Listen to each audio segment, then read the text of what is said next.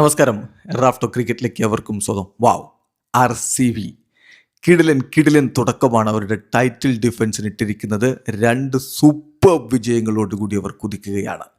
എല്ലാം പോസിറ്റീവാണ്. അതാണ് RCBയെ സംബന്ധിച്ചിടത്തോളം ഇത്ര വലിയ ആവേശമുണ്ടാക്കുന്ന കാര്യം. എല്ലാം പോസിറ്റീവാണ്, നെഗറ്റീവായിട്ടൊന്നും പറയാനില്ല എന്നുള്ളത്.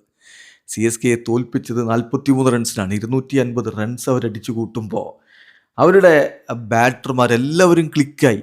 എടുത്തു പറയേണ്ടത് തീർച്ചയായിട്ടും ടിം ഡേവിഡാണ്. 25 പന്തിൽ നിന്ന് 70 റൺസ്, 3 ഫോറും 8 സിക്സറും. ഭുവനേശ്വർ കുമാറിനോട് ചോദിക്കുന്നുണ്ട്, ടിം ഡേവിഡിൻ്റെ വെടിക്കെട്ട് കണ്ടപ്പോൾ എന്ത് തോന്നി? അദ്ദേഹത്തിൻ്റെ മറുപടി, സന്തോഷിക്കണോ അതല്ല ഒന്ന് ആശങ്കപ്പെടണോ, ചിരിക്കണോ കരയണോ എന്നുള്ള അവസ്ഥയിലായിരുന്നു. കാരണം അടുത്ത ഞങ്ങളാണല്ലോ എറിയാനുള്ളത് എന്നാണ് പറഞ്ഞത്. പിച്ചിൻ്റെ സ്വഭാവം അത്തരത്തിലാണ് എന്നുള്ളൊരു ആശങ്കയാണ് അദ്ദേഹം പങ്കുവച്ചത്. പക്ഷേ മികച്ച രൂപത്തിൽ തന്നെ ബൗളിംഗ് സ്റ്റാർട്ട് ചെയ്ത് CSKയുടെ ഭാഗത്തു നിന്ന് തിരിച്ചടിക്കാനുള്ള എന്തെങ്കിലും സാധ്യതയുണ്ടെങ്കിൽ അത് അവർ തുടക്കത്തിലെ മുളയിലേ നുള്ളിക്കളഞ്ഞു.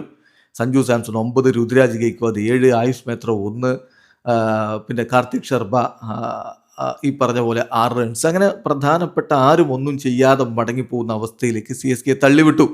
10-2 ആയിരുന്നു CSK, 30-3 എന്ന രൂപത്തിലേക്ക് വീണു. ഇങ്ങനെ എല്ലാം ക്ലിക്കാവുന്നൊരു കാഴ്ച. ഇപ്പോൾ വിക്കറ്റുകൾ എടുക്കുന്നതിൽ ഒടുവിൽ കൃണാൽ പാണ്ഡ്യ വന്നിട്ട് വിക്കറ്റ് എടുക്കുന്നു. അതായത് സർഫറാസ് ഖാൻ മികച്ച പ്രകടനം നടത്തിക്കൊണ്ടിരിക്കവേ കൃണാൽ പാണ്ഡ്യ വന്ന് വിക്കറ്റ് എടുക്കുന്നു.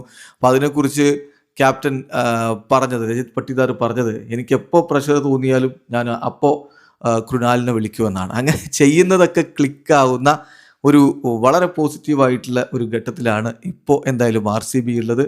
ആദ്യ കളിയിൽ ജേക്കബ് ഡഫിയാണ് പ്ലെയർ ഓഫ് ദി മാച്ചെങ്കിൽ രണ്ടാമത്തെ കളിയിൽ ടിം ഡേവിഡാണ് പ്ലെയർ ഓഫ് ദി മാച്ച് ആയത്.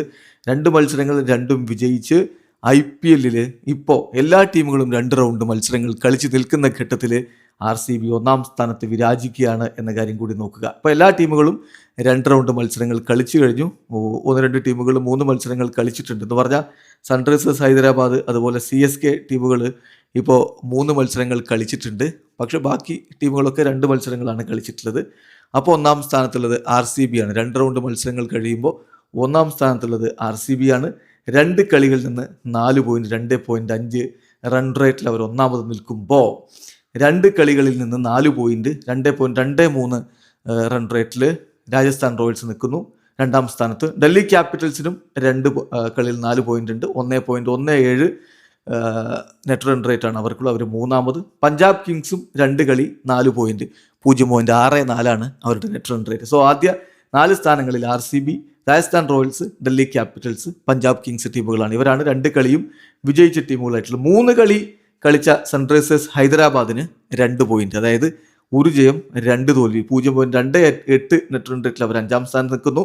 മുംബൈ ഇന്ത്യൻസ് 2 കളി 1 ജയം 1 തോൽവി, 2 പോയിൻറ്റ്, -0.21 നെറ്റ് റൺ റേറ്റിൽ അവർ 6-ാം സ്ഥാനത്ത് നിൽക്കുമ്പോൾ ലക്നൗ സൂപ്പർ ജയൻസ് 2 കളി 2 പോയിൻറ്റ്, -0.54 നെറ്റ് റൺ റേറ്റിൽ അവർ 7-ാം സ്ഥാനത്ത് നിൽക്കുന്നു. ഇനി ഗുജറാത്ത് ടൈറ്റൻസിനും കൊൽക്കത്ത നൈറ്റ് റൈഡേഴ്സിനും ചെന്നൈ സൂപ്പർ കിങ്സിനും പോയിന്റുകളില്ല.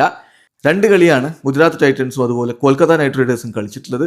2 കളിയിൽ നിന്ന് -0.42 നെറ്റ് റൺ റേറ്റുള്ള ഗുജറാത്ത് ടൈറ്റൻസ് 8-ാം സ്ഥാനത്തും അതുപോലെ -1.96 നെറ്റ് റൺ റേറ്റുള്ള കൊൽക്കത്ത നൈറ്റ് റൈഡേഴ്സ് 9-ാം സ്ഥാനത്തുമാണ്. അതേസമയം ചെന്നൈ സൂപ്പർ കിങ്സ് 3 കളി കളിച്ചിട്ട് 3ഉം പൊട്ടി വളരെ പരിതാപകരമായ നെറ്റ് റൺ റേറ്റ് -2.52 10-ാം സ്ഥാനം നിൽക്കുന്നു. വീഡിയോ അവസാനിക്കുന്നു. ക്രിക്കറ്റ് ലോകത്തെ കൂടുതൽ വിശേഷങ്ങളുമായി റാഫ്റ്റോക്സ് വീഡിയോ എത്താം.